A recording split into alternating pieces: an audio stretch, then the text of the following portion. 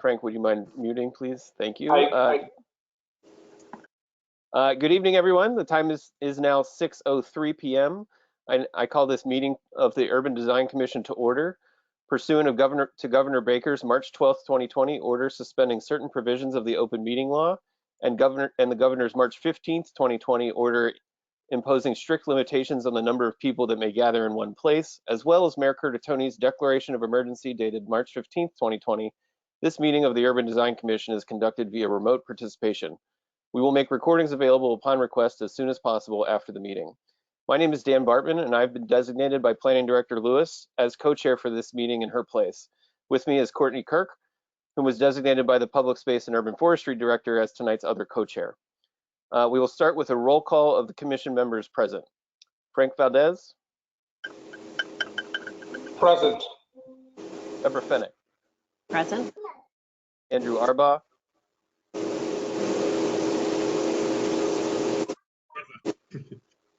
Heidi Cron. Present. And Tim Talon. Present. Our first matter of business is actually approval of meeting minutes, December 22nd, 2020. Do we have any comments? Seeing none, do we have a motion to approve the minutes from December 22nd? Motion to approve. I motion to approve. Yep. Seconded by Frank. All in favor? Frank Valdez? Yes. Deborah Fennick? Yes. Andrew Arbaugh? Yes. Heidi Cron? Yes. And Tim Talon. Yes. On the rest of the agenda for tonight is two design reviews. Two buildings, 26 Chestnut and 26 Fitchburg. They happen to be directly abutting neighbors. They are in the Brick Bottom neighborhood in the commercial industry zoning district. So one thing to remember is that there are no design guidelines for the commercial industry zoning district, which means the scope of tonight's review is to choose a design option and then to recommend any modifications to the proposed option based on the feedback that provided by the commission, and then adjournment of the meeting when we're through.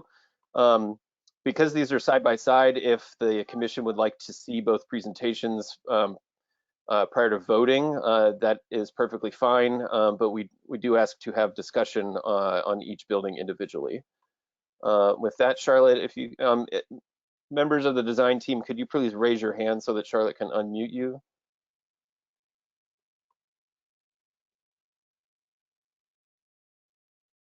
This is Charlotte speaking. Amanda Keefe, Cody Klein, and Douglas Gensler have been unmuted. If any of you need to share your screen, let me know and I can promote you to panelists so that you have that ability.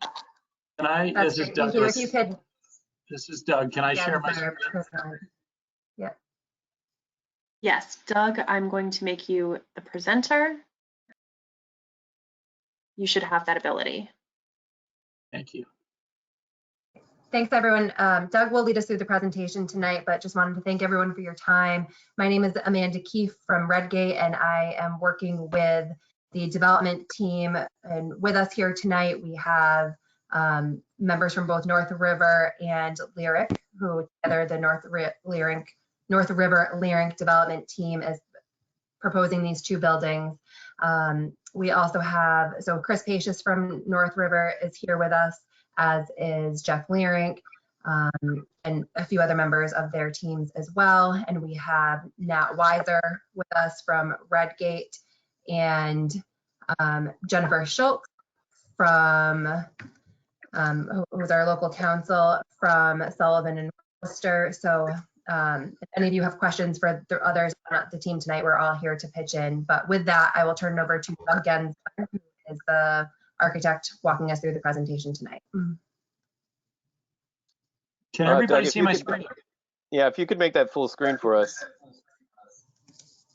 Yeah, I knew you were going to ask that. Now you got to really test me.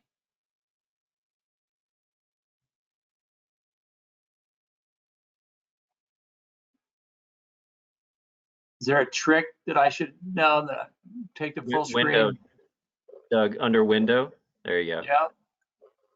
At the bottom, presentation. There you go, right there. No, don't do full screen, do presentation. It'll be Don't do better. full screen. Doug, go back to window and right under full screen is presentation mode. I'm trying to get there. My computer's a little slow. I apologize. By the way, can everybody hear me okay? Yes. Yeah, yes? Okay, thank you.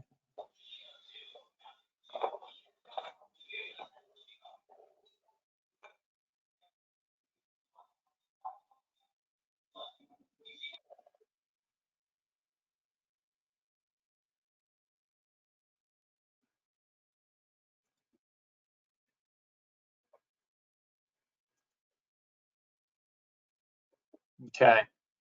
Is that better, Dan? Yep, that's good. All you.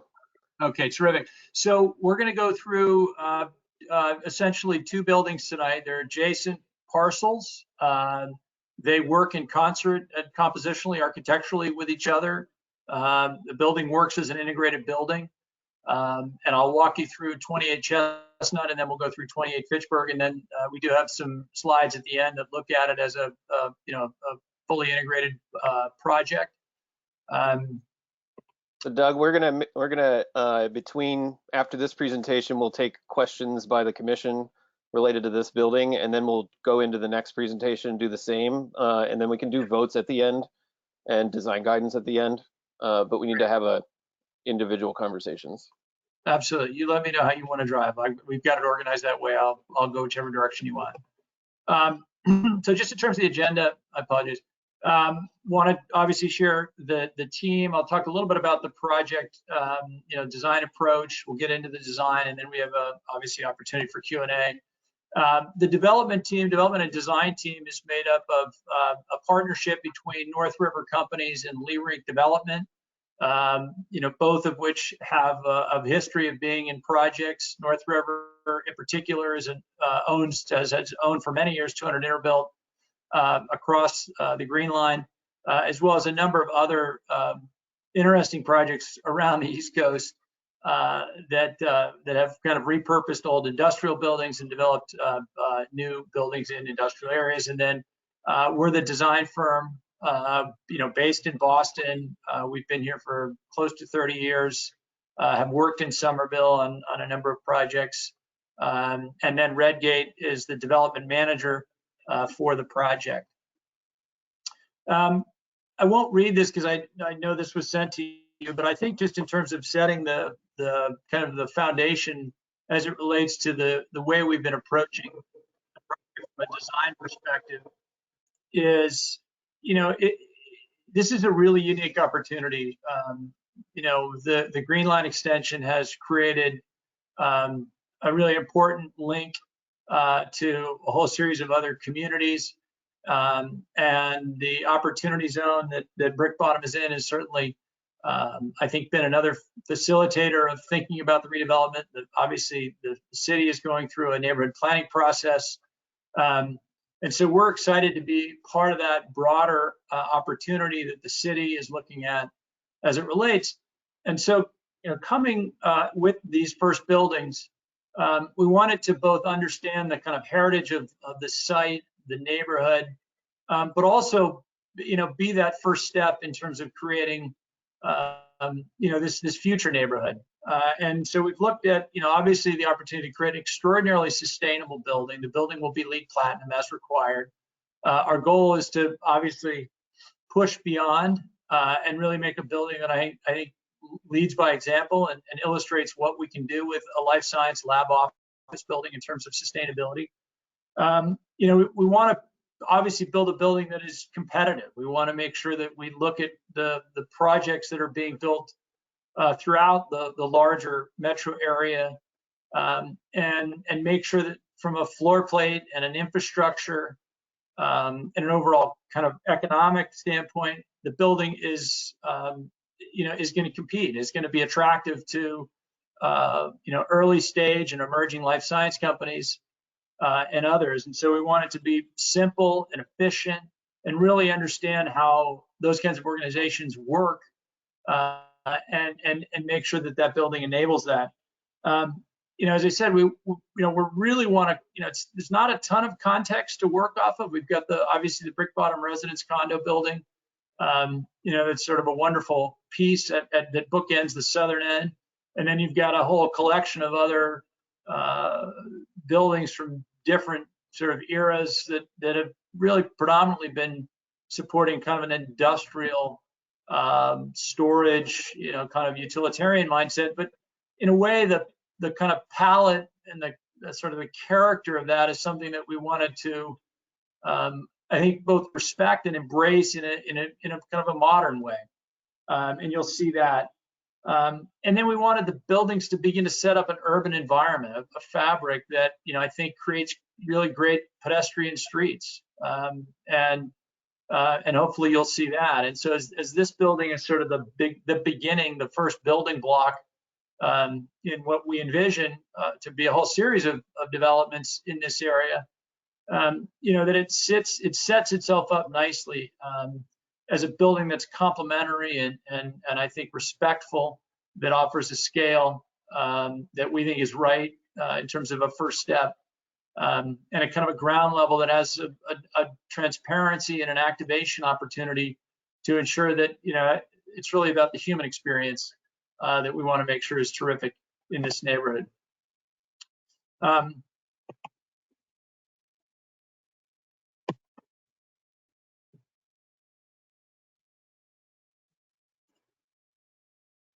So aerial shot gives you a sense of the two sites we're going to be talking about. The site that's profiled in the heavier red line is the 28 Chestnut site. You can see presently it's connected. This is an old sort of industrial warehouse building that has sat vacant most recently.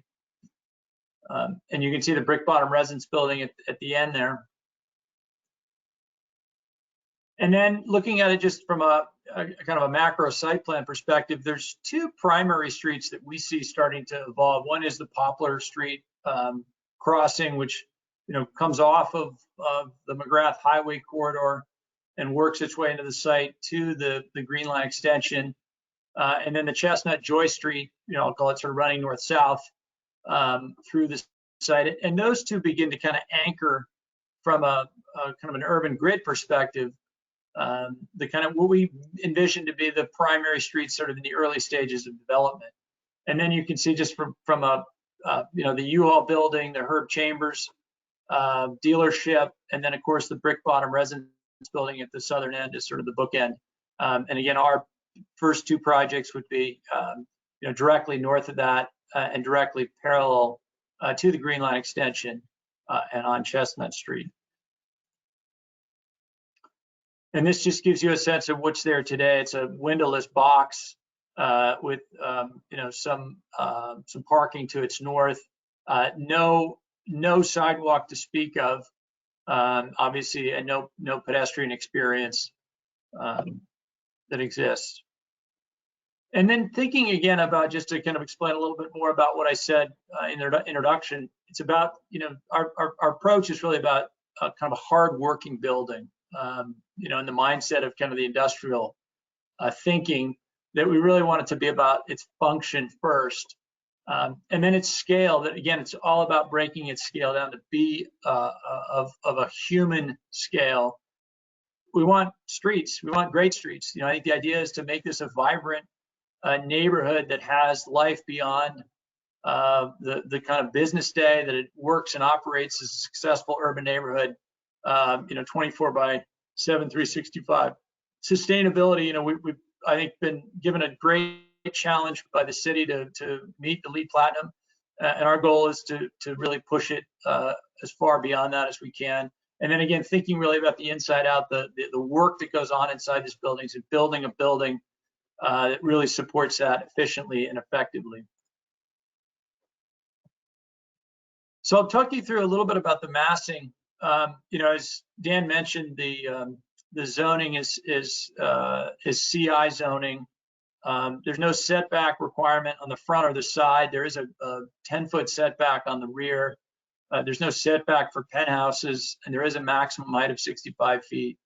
What we're proposing is a much deeper setback at the street to create a nice wide sidewalk. We've got a southern setback a setback on the north that will allow for a little bit of outdoor space. And we are complying with the rear setback. We've pushed our penthouse back considerably to lower the scale of the building along Chestnut Street. And then we are complying with the 65-foot height. And you can begin to see how we begin to articulate that mass. And as we get into the design, you'll start to understand a little bit about the rationale for the kind of recess at the entry. And then, as I mentioned, the ground floor, we envision, the northern and western edges of the building being very transparent, very active, and engaging from the street standpoint. And here it gives you a little bit of a three-dimensional, slightly more articulated version of that. The floors are typically about 23,000 feet. The overall building is a little over 91,000 feet. It's 190 feet along Chestnut, pardon me. The typical floors 2, 3, and 4 are 15, and we're envisioning the ground floor being about 20, which allows us, obviously a whole series of use opportunities at the ground floor. And then there will be 2 floors of below-grade parking that cover both 28 Fitchburg and 28 Chestnut, and be treated as obviously a coordinated integrated garage. So I'll walk you through a couple of the facade options that we've been exploring, and then I'll talk a little bit about our preferred. One of the things about these lab office buildings is the building module is really important. Although, within lab office environments, there's a combination of true lab benching environments and workplace. The lab benching layout is something that is important. And so the building sits on a 5'6" window module on a 33-foot structural module.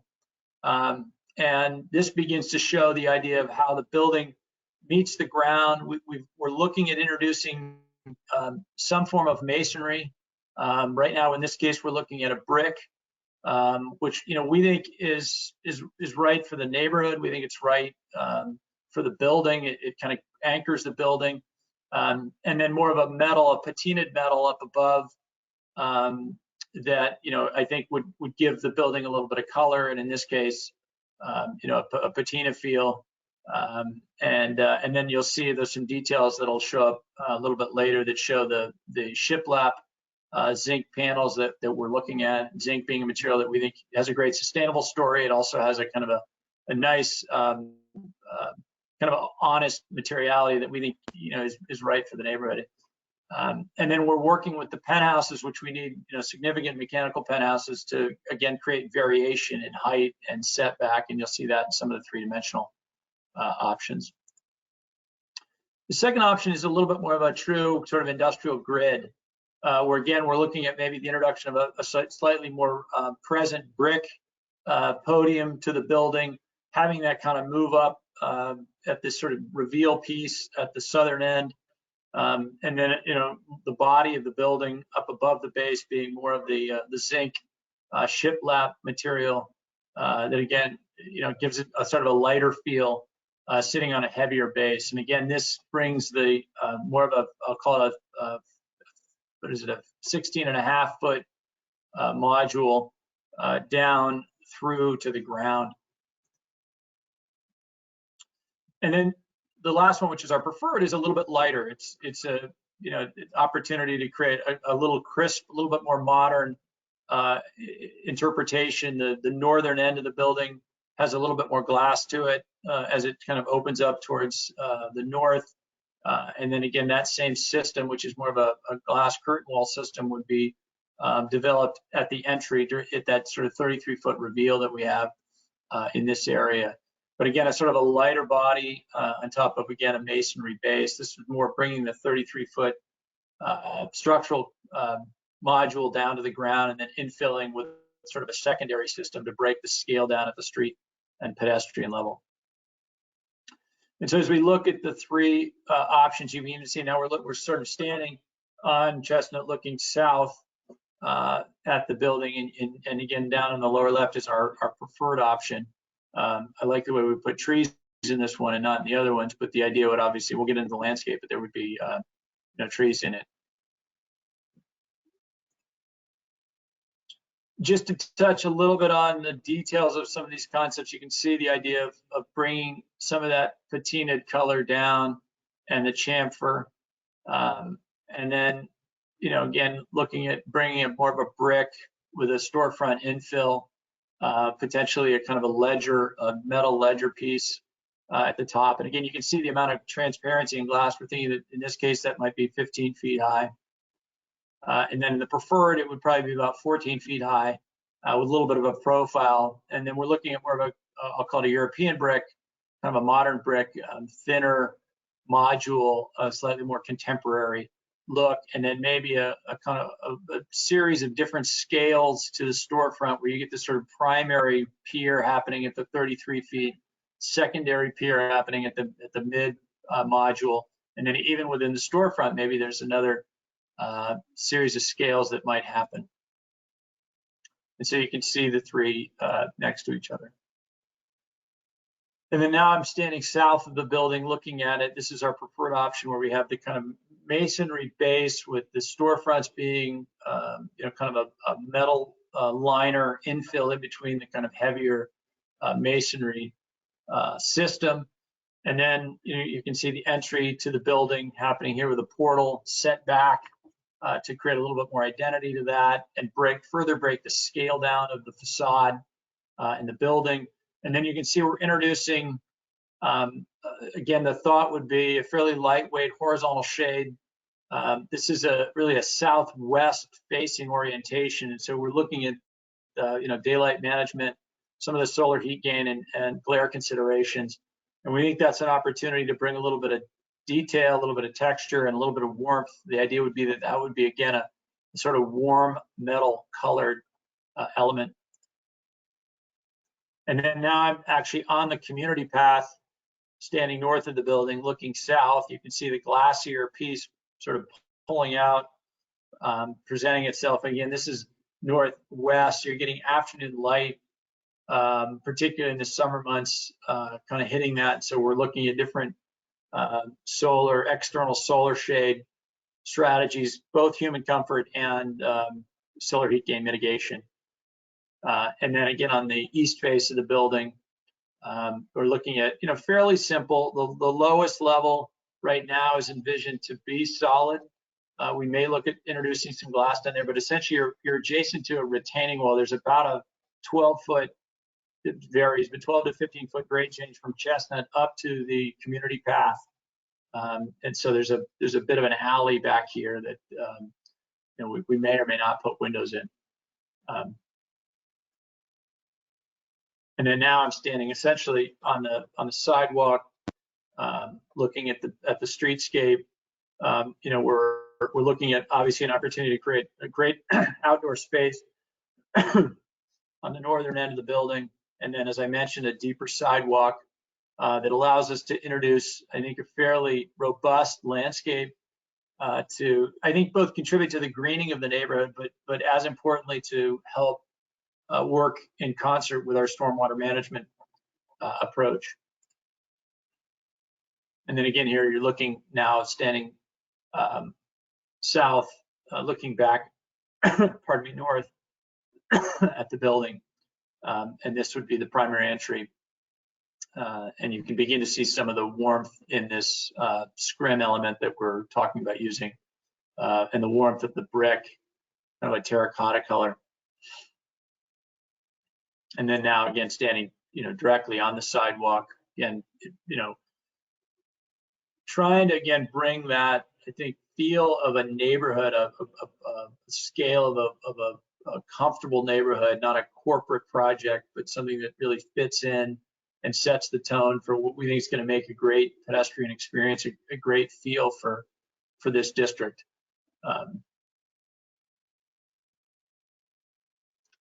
And then just quickly in terms of the site plan, as I mentioned, we have opportunity to create fairly robust sort of landscape buffer between the pedestrian, the parking, the bike lanes, and the road. Now, please know that we're certainly in early discussions about, that section where the bike lane should go, the whole makeup of that. But I think in the end, we still envision, a really wonderful landscaped pedestrian experience with, a combination of seating opportunities and stormwater retention basins.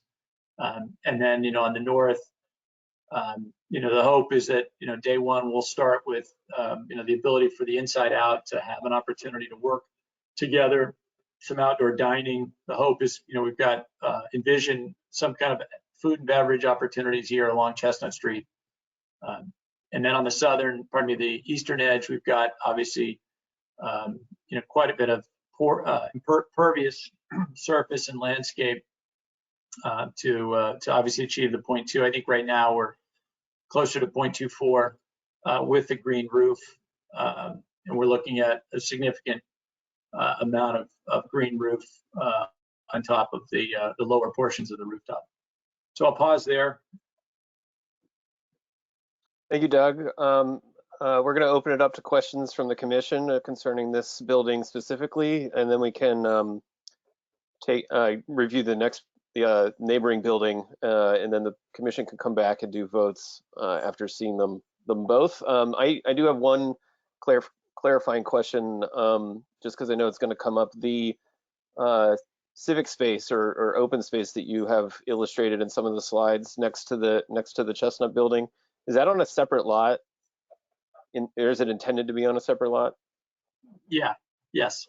Okay. So for the commission's sake, the civic spaces also require design review.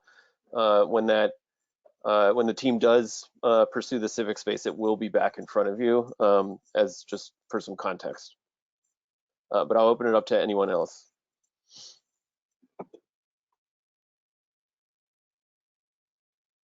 I have some questions. You had mentioned that the streetscape is part of the stormwater management approach. Or I guess I just want to clarify, are we looking at rain gardens along that ledge, or how is that working? Yeah, that's our thinking right now.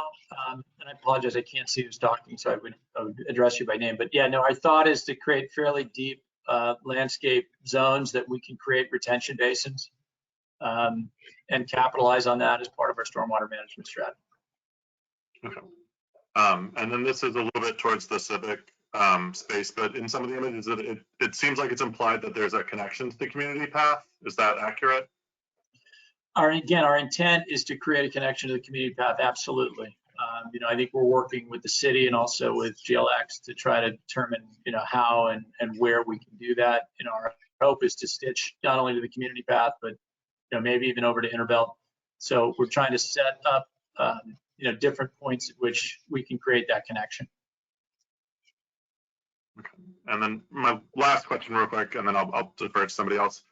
Right now, the building entry is pulled all the way sort of far right on this building, or on the portion of the building that we're looking at.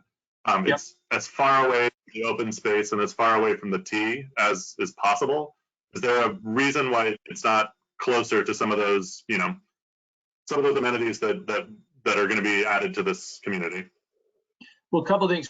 One is, we really want to utilize the ground floor space that we have to activate that future open space in the street. And so the thought was to not utilize that real estate, which is, lobbies tend to be a little bit less active in the area where we really want, more of an inside-out relationship program. The second thing is that as we'll get into, the buildings begin to operate as a single building internally. And so we're wanting to think about where one enters, and so that's the second reason.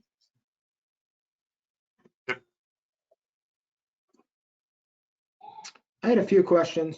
Wonder if you could talk a little more about the other uses on the ground floor. Is it all intended to be retail, facing out onto the street and the civic space? Right now, the thought is along Chestnut Street and turning the corner, potentially the depth of that retail would the goal is to get food and beverage retail in there in this building. Deeper in the floor as we move east in plan, there's the desire to probably get some life science program in there. A lot of the life science users like to have some ground floor space. You know, we're obviously trying to look at the balance of what is retail F&B and amenity versus what is space that's occupied by the lab office user. Mhm.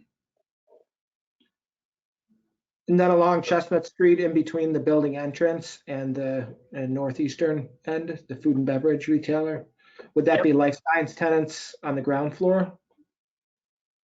On the eastern side of the plan would the idea would be leasable space, whereas on the western, which I'll call as the Chestnut Street, this whole, I don't know if you can see my cursor, but you know, our goal is everything that faces Chestnut Street would be more active public use, F&B and makerspace, galleries, things of that nature. And that the stuff that is off the sidewalk of Chestnut, kind of deeper in plan, would potentially be lab office use. Okay. And that actually leads to another question I have, and this is kind of a clarifying question maybe for Dan. But is there an arts and creative space requirement in this district? Oh, good question. I can go look, but I don't have that one memorized. I don't believe so. Not that we've identified as a requirement. There is a desire to potentially create some gallery space. And, you know, we have discussed the idea of creating maybe some form of a maker space as an amenity program. These are things that we think are of, you know, value to the neighborhood and also value to the tenant. And also, I think could potentially make for an interesting street experience. Yeah, I agree. And just a last question about this scheme, about the materiality of, I think you described it as a perforated aluminum, what you're using for the sunshade. Yeah. Can you talk a little more about that material? Yeah, I mean, I think we've looked at a Cor-Ten, a perforated Cor-Ten. We've looked at you know, something that has that color, that tonality. We want some warmth juxtaposed to the kind of silver and gray of the patinaed zinc. I mean, the zinc is a really you know, dynamic material that will change depending on how light is hitting it throughout the course of the day. And then the shiplap, in this case, gives a little bit of a shadow line as you move up. And so the thought would be the brick brings the warmth to the ground, to, you know, really where the people are.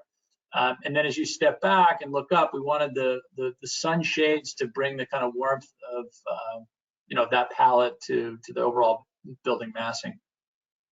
I think again, we're looking at both. I think the viability of a Cor-Ten, perforated Cor-Ten element versus doing that with something that maybe doesn't patina or drip and create, you know, another issue. And then we're also looking at, you know, just the issue around snow and ice and other things and how that thing is made. But our intent is that both the vertical and horizontal sunshade extension elements would be of a warmer palette color. And there is no A space requirement in the commercial industry district. Okay. So Thank Doug, you. this is, I'm sorry. Doug, this is, Deborah Fennick, how are you? Hi, Deborah. So a couple of questions. Is that me providing the feedback there?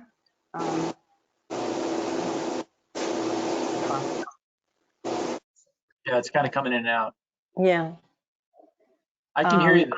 When you talk, Okay. it goes away. Okay, cool. So I just wanted to clarify, you were referring to the concept of scrim, and that's what you were answering Tim's questions. That's the scrim element that you were talking about. It's the sunshade, the vertical sunshade on the street side, the Chestnut Street side.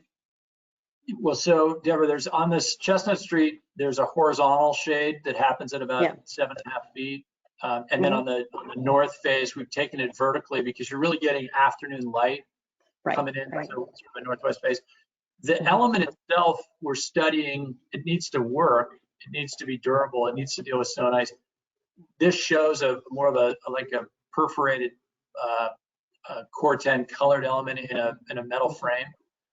We need to, I'm just being honest, I think we need to flush through a bunch of issues around making sure that the thing works the way we need it to. But regardless, it's going to be a warmer whatever material it ends up, whatever shape it ends up, it's going to be a warmer element. Yeah, I think, so first of all, talking about your alternatives, I think your third alternative is very strong and the right direction for this project. And I do feel like I really like the idea of the Corten or something that doesn't, that doesn't stain or anything like that, but is within that warmer palette to integrate the base, the brick base more. I mean, that would be the one thing, if this were to go to a cooler color, I feel like the brick base is sort of lonely. And I like the color relationship you're talking about with Corten or a copper color metal that, is not bringing brick up there, but it's extending sort of the influence of that brick in, up in the building.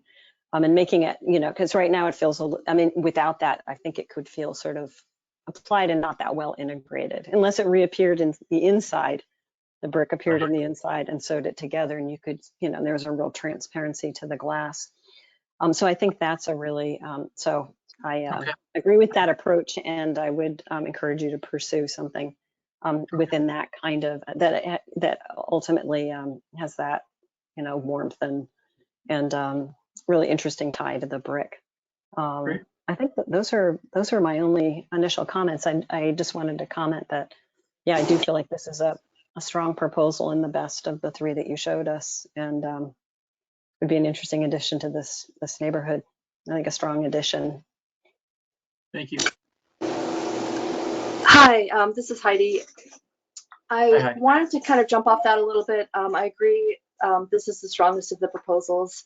I wanted to talk a little bit more about that ground floor versus the other floors, and just talk a little bit more about some things that you said in your presentation about scale and walking through the neighborhood and thinking about this as an addition to this kind of industrial neighborhood that is also residential, that's been residential to artists for a very long time, and just to think about what does it mean to start to build life science buildings in a neighborhood that's kind of been known to be this artist zone. And I wanted to ask a little bit about how the ground plane starts to evolve a little bit from, I think, as you said, like not wanting to be too corporate. And right now it feels a little uniform to me. And I understand that there's this module you're working with, and that the upper floors, I don't know about your program. And so I see is that there's sort of a uniform distribution of program on the floors above based on the windows and the module and so forth. And at the ground plane, it seems like since there's intended to be retail there, that we don't really need it to be so uniform. And I like the way that you're already starting to deal with that module, that sort of modulate the facade with these different rhythms.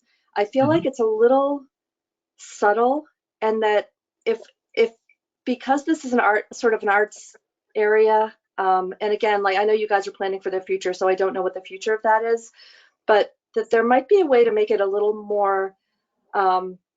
bit more scaled to what a pedestrian might feel, or what an artist might feel, or what or just to have those spaces feel like they could be differentiated a little bit in the facade, even if they are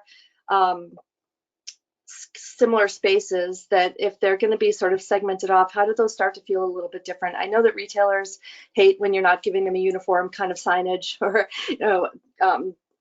area to put signage, or area to put a blade sign or so forth. But I feel like there was an image when you showed your image for scale in your initial slide that really spoke to a difference in fenestration, a difference in materiality.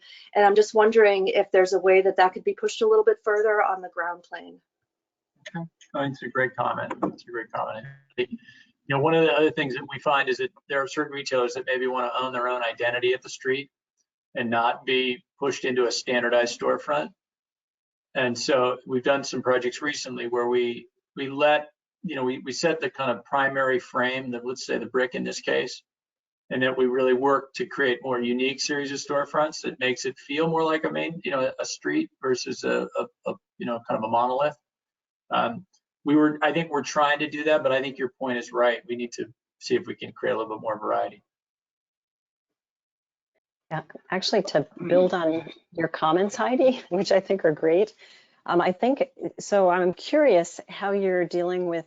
You're very carefully doing solar management on the upper levels, and how are you dealing with that at the lower level? And maybe, to Heidi's point, maybe that there's some variety, at least it scaled down a little bit and defines the pedestrian zone a little better, with some solar management or something like that gives it brings the scale down and protects the pedestrian a little bit along the street, or get that sense of protection along the street. Yeah, Deborah, that's a great thought, because I think we could also introduce some simple canopy elements that allow for some signage and entry and a little bit of covering from weather and other things that I think will help break that up. I think those are both really good comments. Excuse me, Doug. Doug? Oh, sorry. I just wanted to ask a quick question. The rear of the building and the path, are there any doors or any access along that rear route that runs parallel to the community path? So there are, let me go to the site plan. So there is a kind of a pedestrian path back here, and there will be access into the building. There's a bike locker room and some other things that would support where that red dotted line is, which is the property line, is roughly where there's an existing retaining wall that, as I said, is between 10 and I think 13 feet high. And so you're in a little bit of an alley back there. I mean, it gets decent light because we've got, we vary from 10 to I think 15 feet. And so, you'll get light and air, and we're going to landscape it, but it's not as though it opens up to the level of the community path. You're down considerably.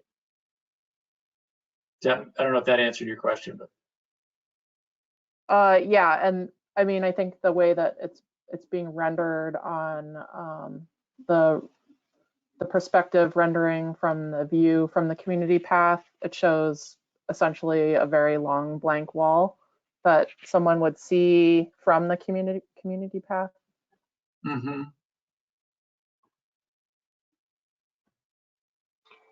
So I wasn't just sure. I'm sort of clarifying if that's intentional or, the rendering just didn't supply the detail that you described. You saw exactly what you're seeing, which is that we've right now envisioned it because it's going to be looking at a retaining wall. Our instinct was that we're going to treat it as back a house. I don't think anybody's going to go back there other than maybe to access the bike storage room. We're actually rethinking that, and we're thinking that maybe we will add some glazing here on this end. So, but it's a little deceptive here. I think you're getting a pretty good shot of this thing, but I think you're probably going to not see that much of it once the landscape and the building settles in. The retaining wall is a little bit higher than I think it's being represented here.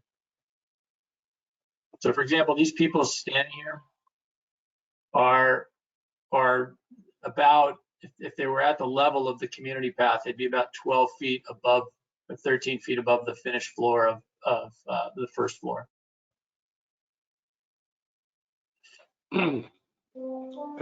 Hey, Doug. How are you? So there might be some piano in the background, so I apologize ahead of time. It's just happening at the same time.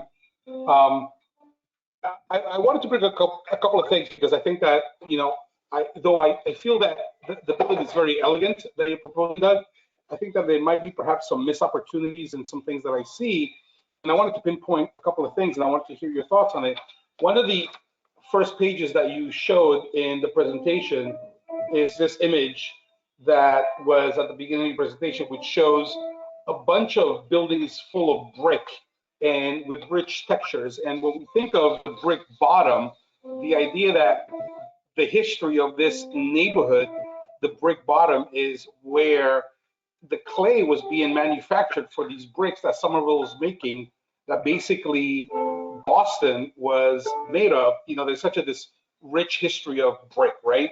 And I think that when I see your preferred option, the brick is kind of subtle, and it exists on the bottom at a certain point,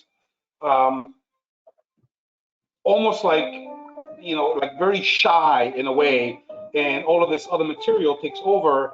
And I'm thinking whether there's a missed opportunity in the idea that thinking that this has a rich history with brick and brick production, and there is already the residential buildings that are existing there that are all made out of brick, and how that materiality did not take more advantage of it in that sense, and which is going to take me then to what I think was probably a more elegant approach potentially, which was the option that had the copper in it, in the idea of like, you know, when you bridge brick with copper, right, there's a rich, you know, it's like cream and coffee, right? It's like, oh, they go so well together, right?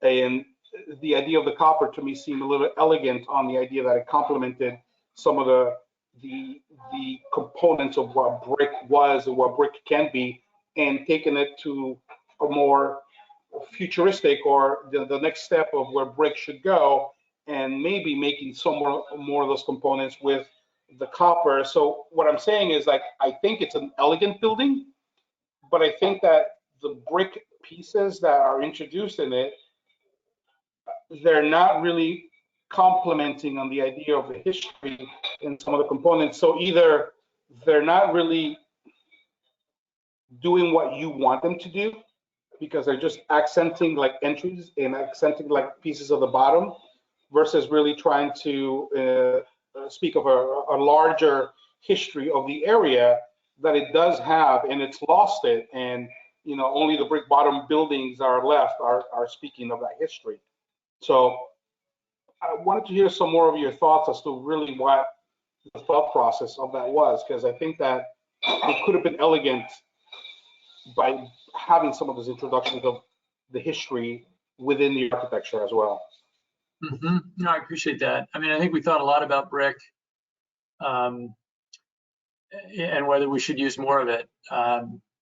And you know, and the problem is today the way they use brick, you can't build the way they used to build. You can't, you know, they're not going to lay out brick, and so you end up with these very flat, almost paper-like brick buildings that seem very cheap and unauthentic.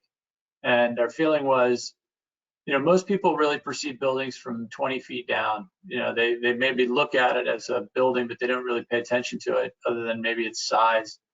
But they really get to understand and get to know the base of a building. And so we thought, if we're going to bring brick into the palette, let's use brick the way people really appreciate it. Give it some depth, some texture, and let's use it where people are going to touch it, feel it, and experience it. And so that was our thinking. And I think the zinc, you know, like the copper, the zinc has an ability to patina, and I think in a way provides that same sort of authenticity of materiality that the copper would without being a green building. And we were not in love with that directionally. They felt this would be quieter, a little bit more neutral, a little bit more sophisticated, and let the brick, you know, do its thing. And we are, you know, I think there is some concern that maybe there's not enough of it even at the street. When we turn the corner to go on the north face, you know, we thought, should we wrap it all the way around? And I think we really like the idea of this kind of composition of contemporary and sort of industrial coming together. I think there's still some refinement to do on our part. But I think the things that I think you're speaking to, we hope that the palette that we're moving in is going to offer that same kind of, I think, richness.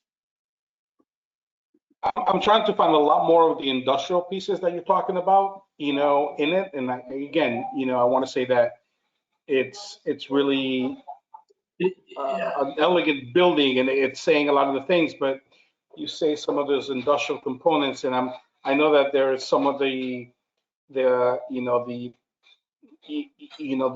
Corten steel and some of those pieces might be working on that, but I'm trying to find some more of that, and maybe it's in the penthouse. I don't know.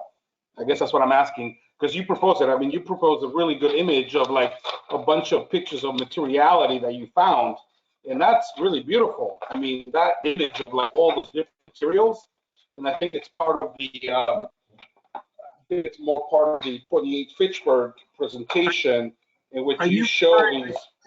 To this image? Yeah, I mean, you showed that. That's a beautiful collage, Doug. You know, it's like you're showing all these beautiful things, and I'm like trying to find some of those things in what you're presenting, you know? I hear you. I mean, again, we're trying to pull from the little moments of beauty that exist and do it in a modern way. I mean, I think recreating industrial buildings is a hard thing because they just were built in a certain way. They had a certain rawness to them, and I think, you know, we're trying to balance the appealing to the life science user that is excited about being in a smart, state-of-the-art building, and kind of bridge that. I think that bridge that history, but move it into more of a contemporary, modern, 21st century.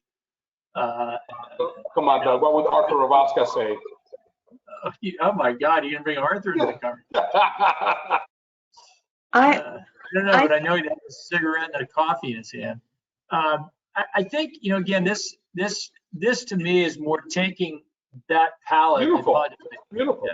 It's beautiful. And I think that's where we use wood and warmth.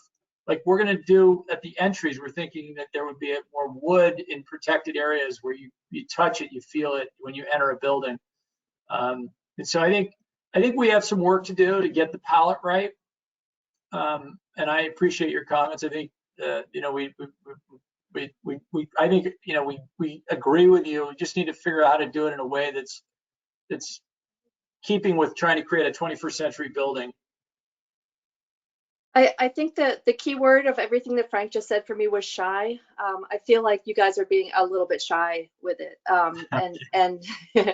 And there's, I don't know another way to say this, but there's something about looking at this building that says to me that this building could be anywhere, and putting it in the Brick Bottom neighborhood, I think is very meaningful. And especially as like a long-term resident of Somerville, that a neighborhood that's always been known for its artistic for its artisticness and its artists and being an arts destination, that there's this building wants to be that building. It wants to be a building that refers back to, it's not just to everything that Frank said, this Brick Bottom, the bricklaying history and the understanding that, you know, brick has evolved in a different way now, but also the part of this neighborhood that is arts based. And looking at this building, it doesn't say anything to that neighborhood, about that neighborhood to me.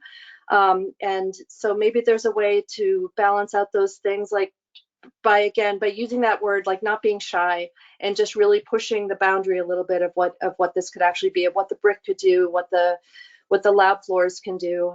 It's funny when you showed that first image with the different buildings on it, that one was sort of folded element with the glass on the side. That speaks to me more about what this neighborhood is in a way.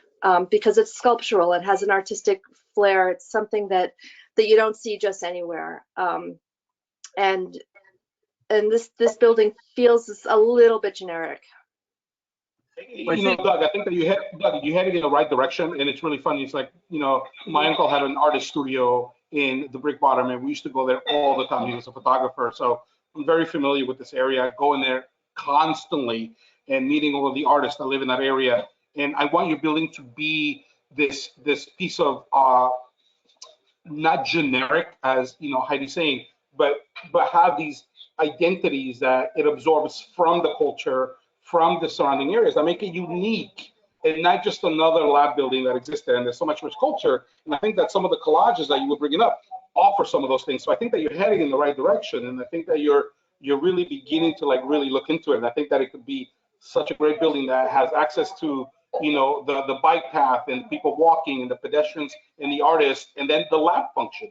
I mean, you're not going to have another site that has all of these pieces working together at one time. So to produce this palette of materiality in the setting, I think that it's an opportunity. Yeah, I agree. And I think, you know, again, just to kind of close on that, the galvanized sort of palette is very represented in the zinc. You know, I think that I think the part of it is the renderings maybe are not pushing the kind of the honesty of the materials well enough. But I will take all this into consideration. I hear you. Yeah, I think this has been a really good conversation. I appreciate a lot of the comments that were made. I think for me, the brick piece thinking more about it, it feels applied. And I think that's kind of what everyone's getting at. It feels like there's the brick part of the building and then there's the rest of the building. And I think there needs to be more of a layering between the two. One of the things, just in looking at this image, I think there's that kind of strong or dark horizontal line above the brick that carries through the glazed side, the curtain wall side of the building too. And I think, on the left side of the image, the northeast side, it's very effective in, it's a similar facade on 4 floors, but you have that strong horizontal and it kind of differentiates the ground floor. I think where it's along Chestnut Street, along Chestnut Street, it's kind of separating what's above from what's below. So I wonder if that dark horizontal, perhaps the brick just wants to carry up to the zinc. 410, yeah, the zinc material. And I wonder if there's other ways to carry brick up on the building too. If it's worth taking a look at some of those more solid panels that you have. One other thought just on the ground floor. I think both Deborah and Heidi had some really good thoughts about the uniformity of the ground floor and the repetition of a single bay over and over, and finding a way to create variety there, especially since there may be different uses on the ground floor between kind of the lab office side and a retail space. So maybe that provides an opportunity for different bay spacing. And just one thing to share about the neighborhood. I was walking there, it must have been over the summer or in the fall, and was checking out the Green Line construction. And a little farther down Chester is this place, Neon Williams, this neon manufacturing shop. Yeah. Really cool. We walked by and I got to talking with the guy and he invited us in, gave us a tour, everything. The whole front of it opens up and you can see the work they're doing. And obviously, there's not going to be a use like that on the ground floor of this building, but the way that building opened up and I was able to engage with the people on the inside and kind of get invited in, it would be great. I mean, that would be a way to, if there was, you mentioned fabrication related use or something like that on the ground floor.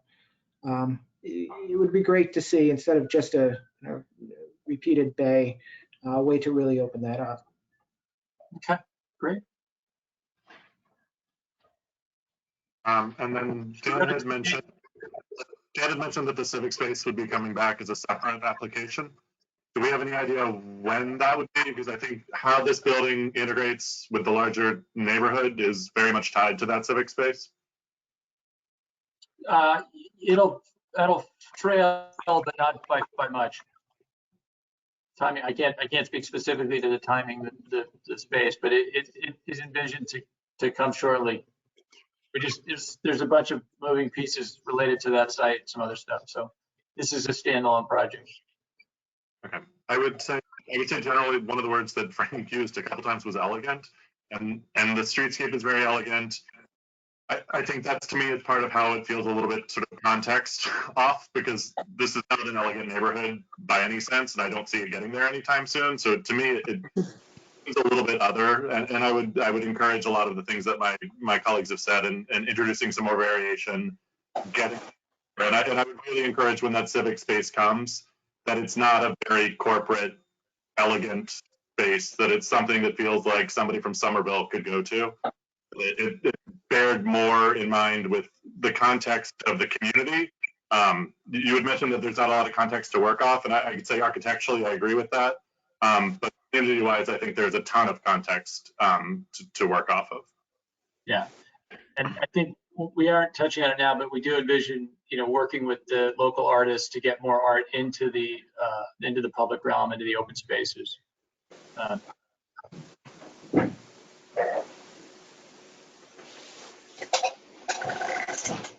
Any other questions from the Pittsburgh?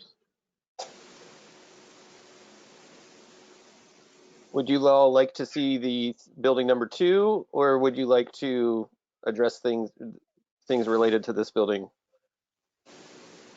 Andrew? Maybe see the second building, I'd say. Well, yes, if you get the cliff notes of the second building, I think that would be great. Yeah. Okay, Doug, go ahead with 28 Pittsburgh. Okay, so 28 Fitchburg, this is the cousin of 28 Chestnut. Again, to note, we do have, I'll get right into it. The team,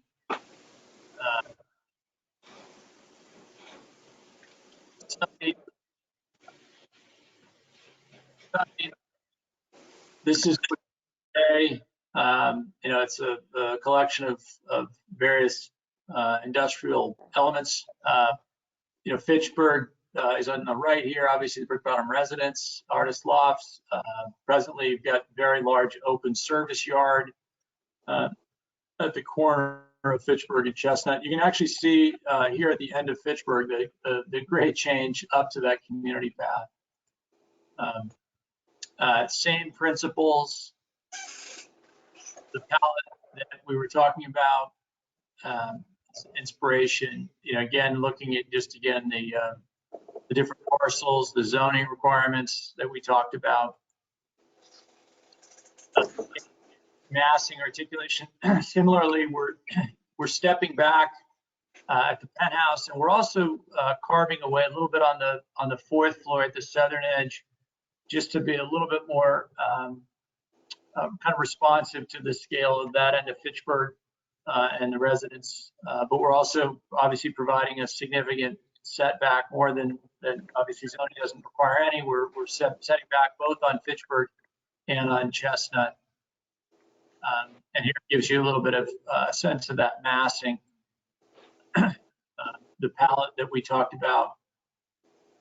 And then this one we looked at similarly. They're cousins. So the last one had the kind of the green patina. This one is a little bit more of a copper patina.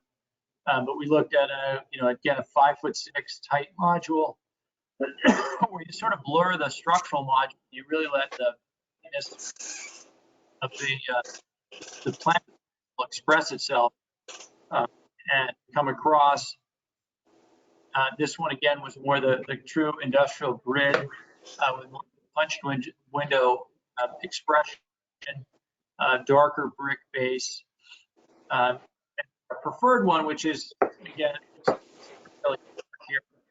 is a combination of kind of a expression of that 33 with then a secondary that breaks up that module, and then it breaks it up again. So there's sort of three layers to the facade, how the vertical expressions work, and then they pull down to the street, and then again using, instead of a shiplap zinc, this from a standing vertical expression.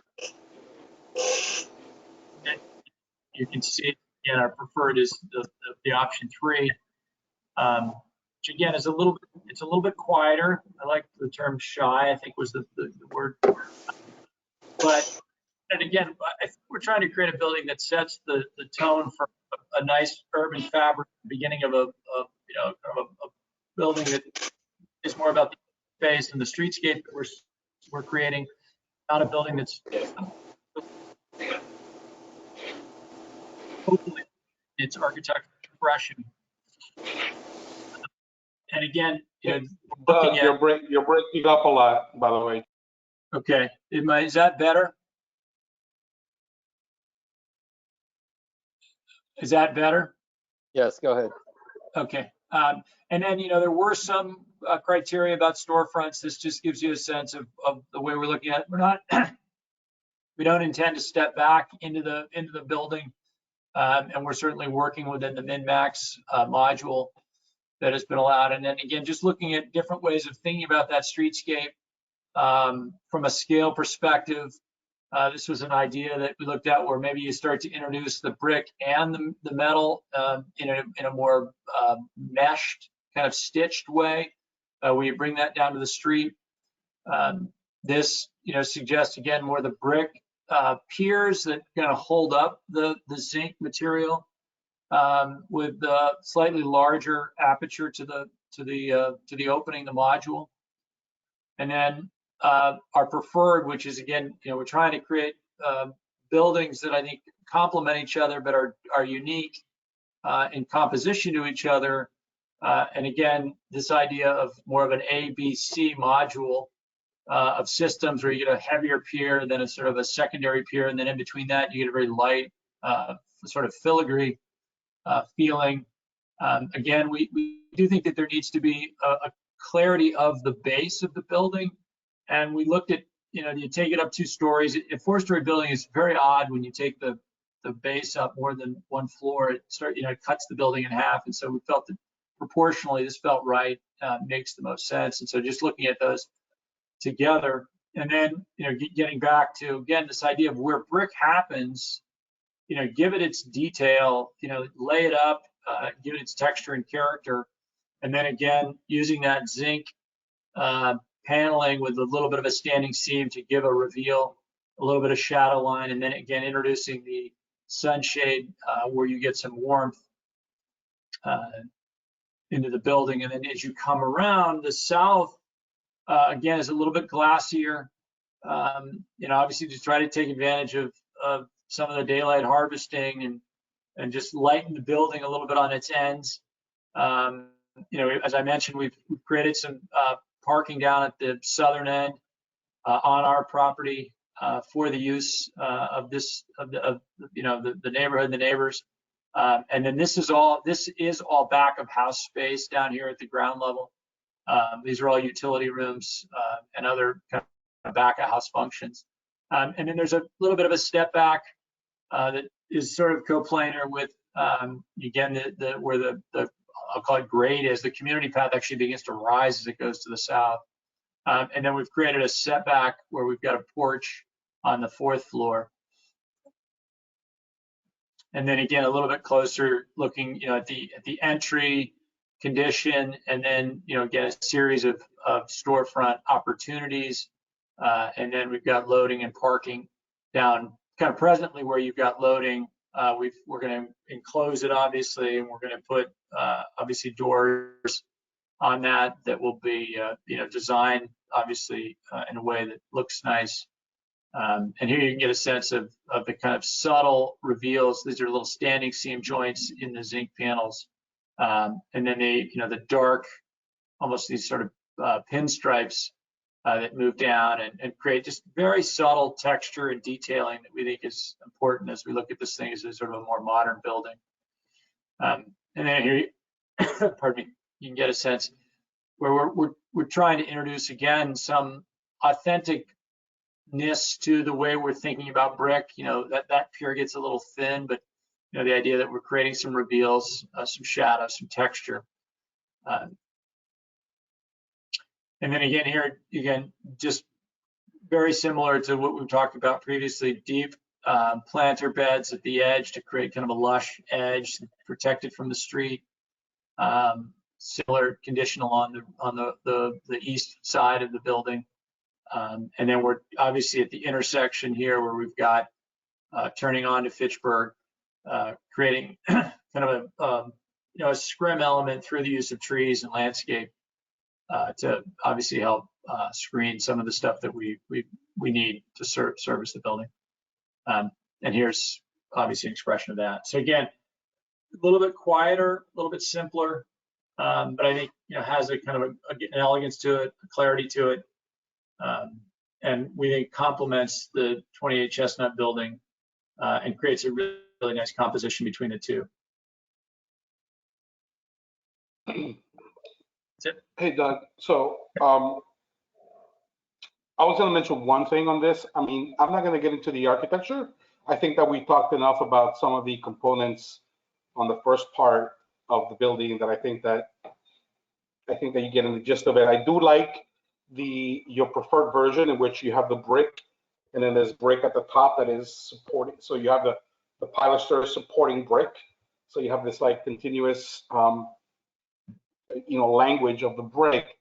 The one thing that I was going to say, and I don't have a solution for this, but I wanted to bring it up and ask your question about it, is as you're walking down on Chestnut Streets, and then basically your urban experience ends because you have the back house, and then exactly, so it ends. Go back to the plan.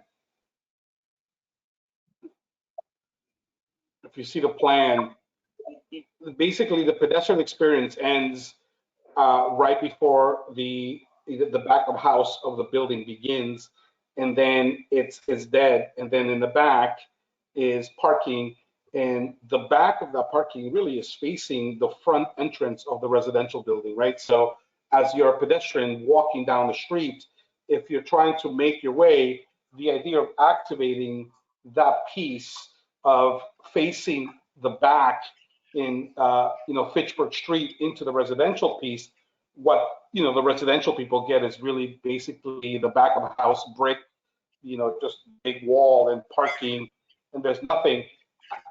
It would have been interesting to see somehow, and again, you're the architect, and I don't know how that would happen, but the idea of bringing some of that pedestrian activity and turning it around to them to activate their front door and the way they enter versus just parking in just a dark area, I think it would have been interesting to see how that can happen. And I know that these buildings need this type of servicing, and I know that they need all of this, and I don't have an answer for you, and I know that it's a complicated site, but it seems to be not a great gesture from an urban perspective to the brick bottom people who live across the street in the Fitchburg Street as they're walking and parking there, and that's their house, right? And that's what they're facing. Would have been interesting for them to come out and to be an engaging pedestrian experience and a commercial experience that brings them around.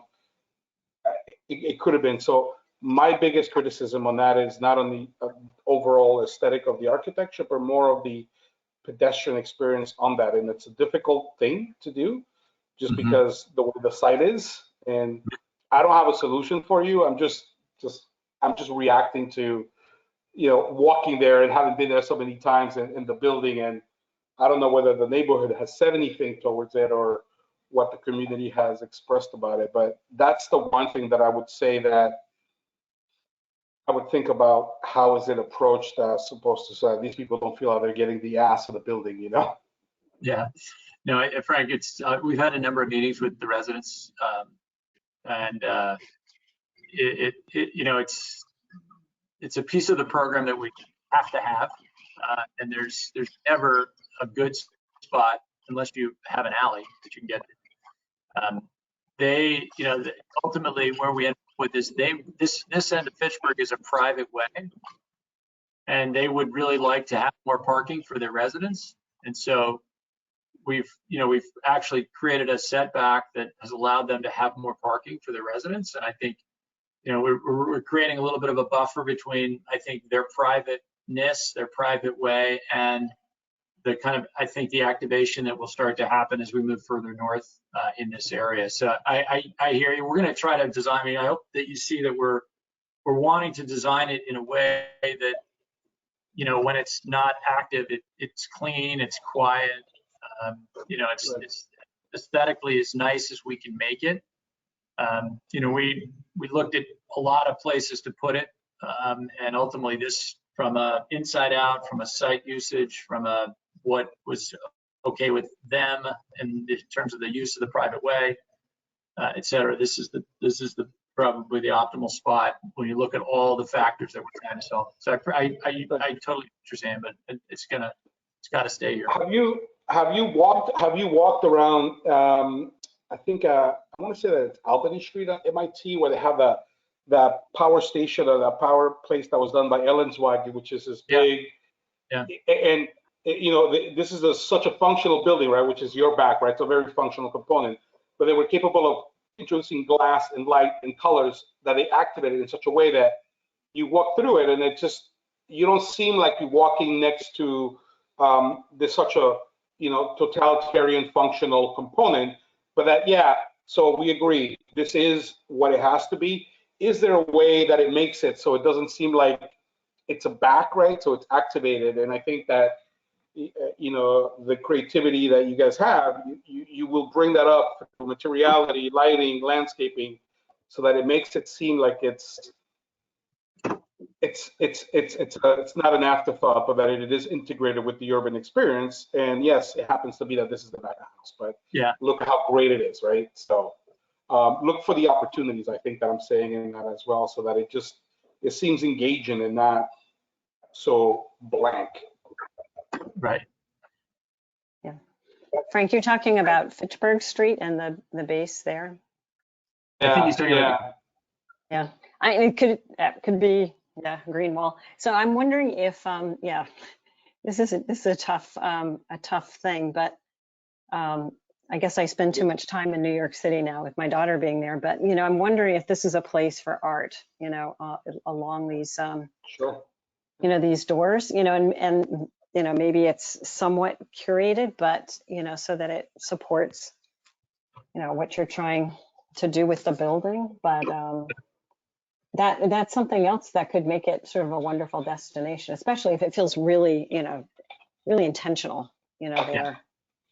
Yeah, So I like that. I like that a that lot. was another thought. And also some devices that still make it feel like it's the pedestrians intended to walk along it.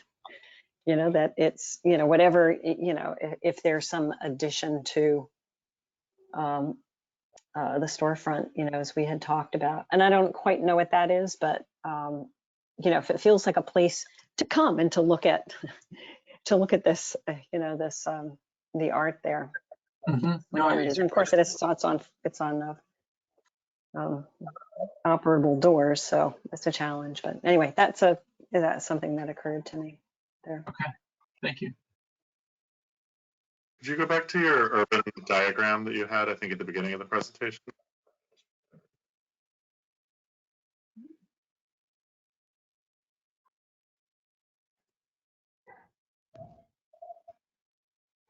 This one? Yeah, I think in the previous version that you guys sent around, you had circles around the sort of entry on Chestnut Street and then around the intersection of Chestnut and Fitchburg, and identified those as sort of primary urban nodes. And I understand that this community doesn't have sort of a structured plan going forward, but I thought that seemed important, and that seemed really logical, that these are important places, these intersections. And for me, it just seems like the worst possible place to put that entrance right there at that corner of Chestnut and Fitchburg, because it does seem like it suggests that is an important place, and then architecturally, it's just not treating it that way. And I think that the combination of the garage doors, the blank wall, and the parking, even if it is per neighborhood request, just feels really unfriendly on that corner, and it doesn't feel like it's anchoring the end point of a neighborhood in any way. And also, just sort of looking at this diagram, it does sort of make me a little sad that park can't be shifted to the south side of the lot. It seems like having that public space engaging in that corner could be a real opportunity. Where it is right now just seems like it's kind of leftover space, and that's that's neither here nor there. But that was my initial reactions. Yeah, Andrew, a couple of things. One is, we've had a number of meetings with the Brick Bottom residents, and they really want that street to be very quiet. They don't want traffic on it. One of the reasons why we sort of changed the diagram is that, they really expressed to us that they don't want to see a lot of traffic and energy put onto Fitchburg at Fitchburg. And so I think we're trying to be sensitive to that. I think that what we envision is that as you go north, there's no way to connect to the community path at the southern end on Fitchburg Street, given what's going on with the elevation of the community path. We wanted the open spaces to be community spaces ultimately and connect to the community path. And so as the neighborhood develops to the north, there's going to be a series of open areas that hopefully will bridge Chestnut Street to the community path, and be more central to where the action is, and not put traffic at the front door of the Brick Bottom residence, which is what they've asked us to really avoid. So that was the rationale there. It would be interesting to see. It would be interesting to see that diagram, to see it, especially see that connection into the community path, that park, and see it as part of an active network. I do kind of question whether or not citing a park would really increase traffic in any way on the south side. And I don't know if the community doesn't have traffic. I don't know that putting loading right next to the store is. They value parking. They told us that they need all that parking. They want more of it. So we're also thinking we're going to build a park next to a parking lot. I just think again, there's so many moving pieces. I hear you, but they want quiet, they want parking, and we're trying to create more of a vibrant neighborhood, urban environment. And so, and connect to the community path. And when you look at the grades and where you can get to it, it kind of flipped it. Yeah. Yeah, I don't think there are a lot of places where you can get onto that community path. And, you know, I think co-locating the park, you know, supporting that connection is really important. And we are all, this community path is currently being built as part of that extension of the T, right? Yeah. It's happening as we speak, right? Exactly, yes. Okay, yeah, it's happening. If there's one thing that I would ask and I would love to see, would be a first floor plan. It would be interesting to see, you know, what the plan of the first floor looks like. I'm trying to find a plan to just get a better idea, but I can't really see it. So, you know, Doug, if first floor plan could be circulated on both buildings. Yeah. We understand that both buildings, even though we're looking at them separately, we know that they're going to be existing, you know, as, you know, close cousins. It would be nice just to understand what that first floor level is and what exists there, just to understand it a little bit better. You know, and we can actually try and get that to you. Just to talk you through, we'll get you a plan that shows you what's going on. But again, this is Chestnut Street in the foreground here. All of that frontage would be a combination of, you know, gallery, retail, F&B, all the way up and turning the corner. Yeah. The garage loading dock are just to the right of the rendering. And then as you go back and you get, you know, to the retaining wall that separates us from the community path and the T, you know, that's back. We tried to put all the back of house stuff that we have to have in areas where we, you know, didn't impact the ability to activate the street and activate, you know, the urban fabric. And did you talk about the parking for the building? I'm sorry. The parking for the building is, the building has 2 floors of parking below it. So in other words, there's a garage that is underneath both buildings. It's entered on the southern end, and there's about 200 spaces that are, you know, essentially. When you say the southern end, is it Fitchburg or like right there on this street? Right where my cursor is right, moving right around. there. Okay, okay. Again, I think that would be nice to see and understand really what that that parking is, and the, you know. It's below grade. You take Yeah, a no, ramp. I get it. I get it. I didn't know that you had 2 levels of below grade parking. What's interesting is we're obligated to provide, I believe, a minimum 1 per 1,000. It's not bad. It's better than Assembly Square where Yeah, so just on parking and loading, that had jumped out at me too. And what jumped out at me most about it maybe was the amount of it.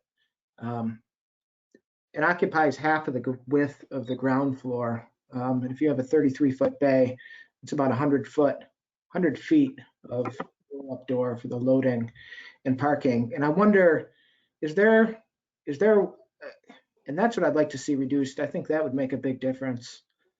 Is it possible to consolidate those entries so it doesn't need to take up that much space on the elevation? 2 bays instead of 3? It'd be very difficult given everything that's going on inside the building.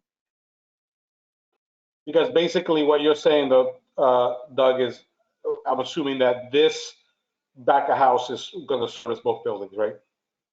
Yeah, all of the back house logistics spaces are in the south east corner. There's a parking. The parking is public, and so needs to remain public and open.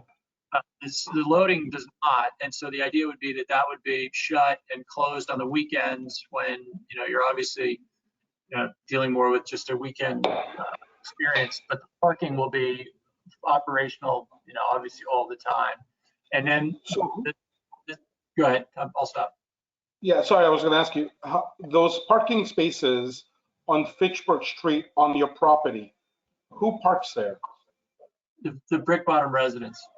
So you're making those spaces for them so that they This can is- use it. So you're giving them those.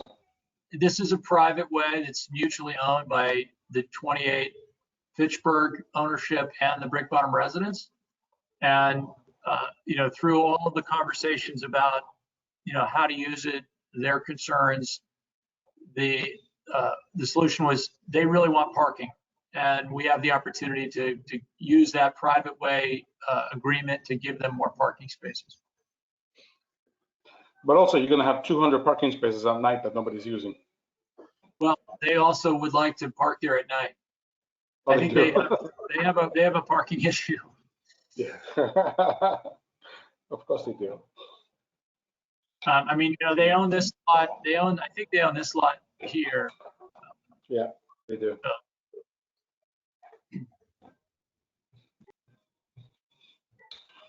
That's all I have. Okay, thank you. Just to go back to the materiality, the exterior materials, I think in terms of everything that's said, I agree with everything my colleagues have said. And I love the idea of having art at that wall. Again, maybe it could be curated, maybe it could be done by people in the building. I think in terms of materiality, I just have the same comments that I had at the previous building. With this side already feels a little bit more warm to me, but there's still that, and I know that you're working with a module. There's still something that feels a little bit like this could be just anywhere. And I would have the same comments too about the ground level, that just looking at it, maybe it's something we can discover once we see the floor plan. I mean, I understand that those are kind of spec retail spaces and gallery spaces. But I think that the same comments I had for the previous building pertain to this one as well. And when these start talking to each other, maybe this one does stay more kind of linear and have this, sort of the scale of the horizontal and the vertical play a little bit better here for me than they do on the other side. But how those start to talk to each other, I think will be discovered in the next round of design, because it's still feeling a little bit generic, but definitely warmer than the other building. Okay, thank you.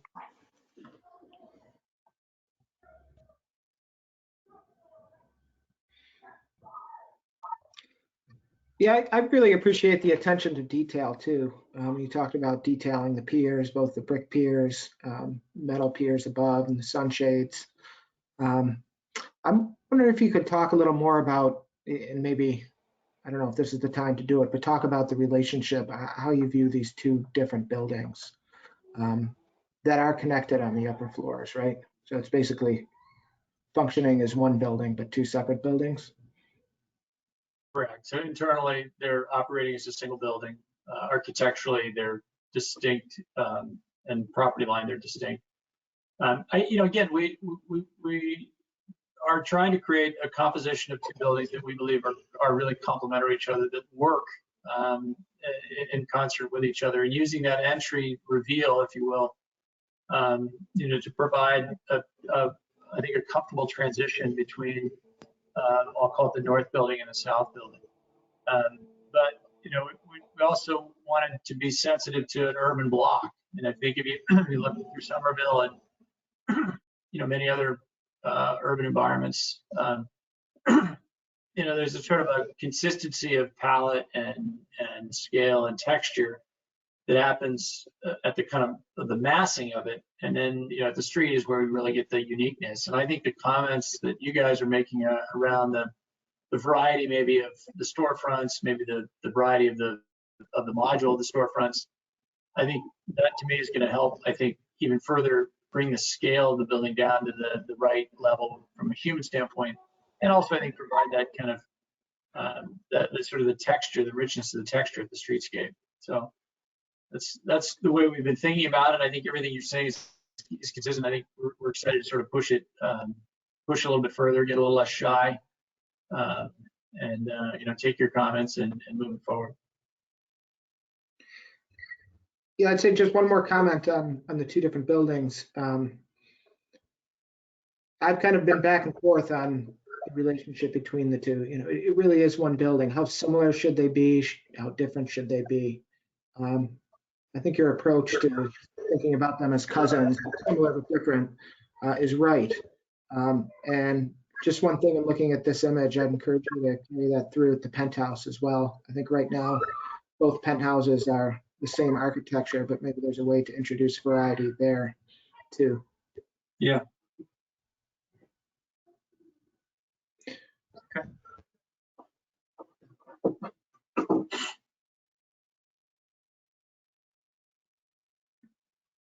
Any other feedback related to this specific building? Yours, Dan. I'm sorry, Frank, what was that? I said all yours, Dan. Oh. Bring it So home. the options available are to formulate this into your feedback and choose options, or continue and ask for revisions to be presented. I know you already asked for a floor plan of these two buildings, but it's up to the commission on how you would like to move forward. I think that there was a lot of feedback. I would love to see this come back again and see some of that feedback represented again, to see how they react to some of the components before we choose a preferred scheme. I completely agree.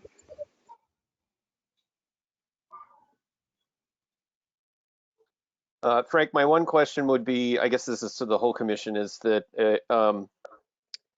a lot of the feedback was specific to certain options. Is there some direction that the commission might be able to provide about what is further explored instead of furthering all three options for both buildings? I mean, I think that there were some discussions about materiality and brick that were brought up. I think Heidi brought up some concerns about materiality as well and warmth. I think that there were some ground level discussions that were brought up by, Tim and Heidi and the rest of the team about like really what is the pedestrian approach and how does the back work and loading and the parking and the first floor. In relationship to those ideas that were brought up by some of the members, I think that it would be interesting to just see an approach, and though that this doesn't fall necessarily in the typical new zoning that we have to choose a particular one in a direction, I would like to see just if they can take some of those comments and see where we end up in the next, just in the next reiteration of this. Are you asking us, Dan, though, to select a preferred option for them to apply those comments to? I think it's hard to at this point select the preferred option because there were two separate buildings are together and there were separate sections of people holding them like option 3, option 1. So I don't know. It's a hard one to apply in this case. Is Frank breaking up just for me, or is he breaking up for everybody? Sorry, Breaking up. I might have been breaking up. Am I back? You're back. All I'm saying is that it's very hard to go with a preferred scheme because it doesn't fall under the particular zoning, this area, as it was explained before. So, to give you directions, like we prefer option 1 for building 1 and option 3 for building 2. I think it's kind of hard. I think that you've gotten plenty of feedback from Art and Warmth and the history of the area that it pertains to brick, that we would like to see where you take it. I mean, I think that it would be interesting just to see it to get to the next level. That's my. Yeah, let me ask you a question, Dan. Can we? I mean, I think what I'm hearing from Frank is there were a number of comments that we need to kind of build off of, but I'm hoping we're not going to come back with another 3 options. We'll come back with a developed option that incorporates, I think, some of the feedback. Is that a fair assessment? Yes, that's what I would say. It's a fair assessment, Doug. Thank you. Yeah. And I think most of the comments, at least on the Chestnut, the first one that we reviewed, was favoring the one that you preferred, or it was about that one. Right. I think, I don't know, we were also commenting on the preferred for the second one. And, I think that one, I think it makes, so I personally think it makes sense to to bias it, build on the option 3s for both schemes, but that's just my opinion. Yeah, I agree with that. I feel like materially we did fall in those directions. I think that in terms of the design, I think that we want to see the design pushed a little further, but I agree with that on the materials. I would second that. Okay. Mhm. Great. So it sounds to me, if I could summarize, that they can come to a combined, take all this feedback, incorporate it into the options that they had already been considering to create a new version of one option for each building, and that will be the selected option in the end. And it might be Yes. more towards option 3, the preferred option in each one. Okay. Yes. Well said. In the interim, it would be great to see a first floor plan. I think Tim would be very interested in seeing that as well. Yeah, we will get that to you. Yeah, we want to see that. So, okay, great. So procedurally, this would end up being a vote to continue the review until a future date for each building. Doug, the turnaround is rather quick when we have meetings every 2 weeks. Traditionally, we've been offering, instead of the Tuesday before the meeting, 1 week in advance, up to Friday in advance of the meeting to get plans to the team. That's still, less than 2 weeks away. So if you would like the potential for more time, we can craft the motion to continue to a future date, unspecified, and we'll just add you to the agenda when you're ready. I think that would be best, because I think there's a bunch of comments that we heard today that I think are really important for us to embrace, and then there are also some things that we're just working on. And we're moving forward. So that's terrific. Now, the 45 days to get a formal response, is that after the next meeting, or is that in parallel with this activity? No, that's once the commission has voted. Okay, terrific. All right, so we'll circle up and get back to you with when we think a target next meeting would be. But my sense is 2 weeks, probably not enough time. So probably get enough time. Okay, so switching back to 28 Chestnut, in the matter of 28 Chestnut, do I have a motion to continue the design review to a future regularly scheduled meeting date? I motion to continue the design. Second. Seconded by Deborah. Roll call vote, please. Frank? Yes. Deborah? Yes. Andrew? Yes. Heidi? Yes. And Tim? Yes.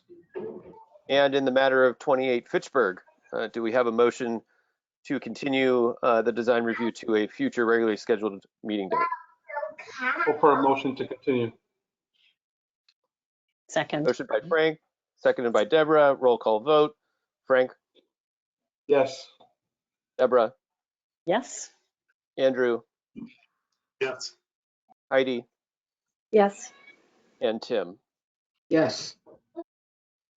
All right, Doug, that we'll see you when your team is ready to come back with some revisions to these two plans. Well, thank you, everybody, for your time and all your comments. Thank you. Thanks for Doug. Thank you. Doug. Thank you. This was great. Thank you. bye-bye. Bye. Thanks. Bye-bye. There is no further business on the rest of the agenda, so if there's no other discussion, we can entertain a motion to adjourn. I motion to adjourn. Second. By Heidi. Roll call vote. Frank? Yes. Deborah? Yes. Andrew? Yes. Heidi? Yes. And Tim? Yes. All right, thank you, everyone. We are adjourned. Buenas noches. Thank you. Bon Bye. appetit. Good night.